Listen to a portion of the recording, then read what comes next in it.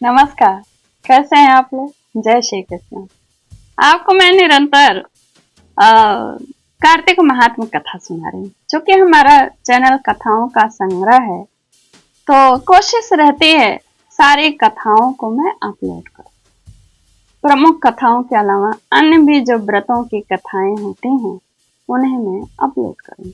तो आज मैं कार्तिक मास महात्म कथा का 7वां अध्याय आपको सुनाऊंगी। इस अध्याय में व्रत के जो कार्तिक मास के व्रत के नियम हैं, उसे बताया गया है और बड़े विशद वर्णन किया गया है कि क्या खाना चाहिए, क्या नहीं खाना चाहिए और किन किन वस्तुओं का त्याग करना चाहिए। ये सब इसमें विस्तृत ढंग से बताया गया है।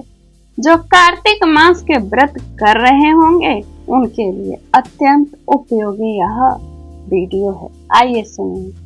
नारद जी ने कहा, हे राजन, कार्तिक मास में व्रत करने वालों के नियमों को मैं संक्षेप में बतलाता हूँ। इसे आप सुनिए। व्रती को सब प्रकार के आमिष, मांस, उरद, राई, खटाई तथा नशीली वस्तुओं का त्याग कर देना चाहिए। व्रती को दूसरे का अन्न ग्रहण नहीं करना चाहिए, किसी से द्वेष नहीं करना चाहिए और तीर्थ के अतिरिक्त अन्य कोई यात्रा नहीं करनी चाहिए। देवता, वेद, ब्राह्मण, गाय, व्रती, नारी, राजा तथा गुरुजनों की भी निंदा नहीं करनी चाहिए। व्रती को दाल, तेल, पकवान और दान किया हुआ भोजन ग्रहण नहीं करना चाहिए।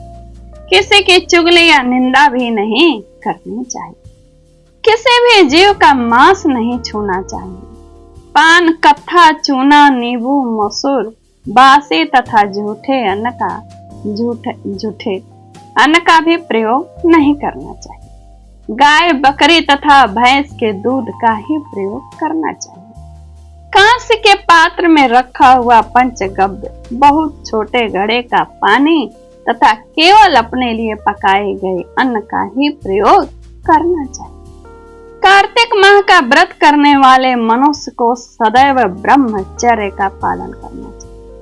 उसे धरती पर सोना चाहिए और दिन के चौथे पहर में केवल एक बार पत्तल में भोजन करना चाहिए। व्रती कार्तिक माह में केवल नरक चतुर्दशी, जिसे छोटी दिवाली भी कहते हैं, रूप चतुर्दशी भी कहते हैं, उसी दिन केवल तेल मल करके यानी तेल की मालिश करके नहा सकता है। कार्तिक माह में व्रत करने वाले को मनुष्य को सिंघाड़ा, प्याज, मट्ठा, गाजर, मूली, काशी फल, लौकी, तरबूज, इन वस्तुओं का प्रयोग नहीं करना चाहिए। रजस वाला चांडाल, पापी, मलेच्छ, पतित, व्रतहीन, ब्राह्मण द्रोही और नास्तिकों से बातचीत नहीं करनी चाहिए। भगवान विष्णु को प्रसन्न करने के लिए अपनी शक्ति के अनुसार चंद्रायण आदि का व्रत करना चाहिए और उपयुक्त नियमों का पालन करना चाहिए। व्रती को प्रतिपदा तिथि जो होती है, उस दिन कुम्हड़ा, द्वितीया को कटहल तो इसमें होता नहीं है, तृतीया को तरुणी स्त्री यानी सांसारिक, चतुर्थी को मूली, पंचमी को बेल, षष्ठी को तरबूज, सप्तमी को आंवला, अष्टमी को नारियल, नवमी को मूली, दशमी को लौकी, नवमी को भी लौकी भी बोला गया, दशमी यहाँ दशमी है, एकादशी को परवल, द्वादशी को बेर, त्रयोदशी को मट्ठा, चतुर्दशी को गाजर तथा पूर्णिमा को शाक का प्रयोग नहीं करना चाहिए। रविवार को आंवला का प्रयोग तो कभी नहीं करना चाहिए, चाहे व्रत हो या नहीं।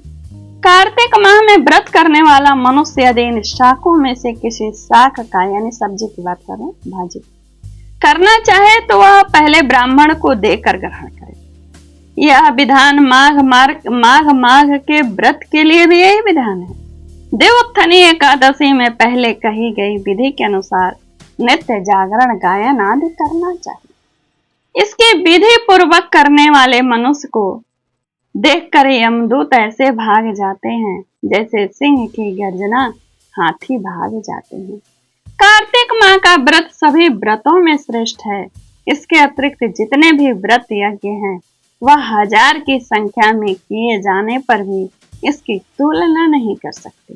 क्योंकि यज्ञ करने वाले मनुष्य को सीधा वैकुंठ की प्राप्ति होती है। जिस प्रकार राजा की रक्षा उसके अंगरक्षक करते हैं, उसी प्रकार कार्तिक माह का व्रत करने वाले की रक्षा भगवान की विष्णु की आज्ञा से इंद्र इत्यादि करते हैं।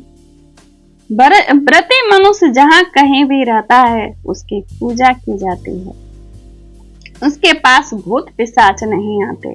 विधि पूर्वक कार्तिक माह का व्रत करने वाले मनुष्यों के पुण्यों का वर्णन करने में ब्रह्मा जी भी असमर्थ हैं।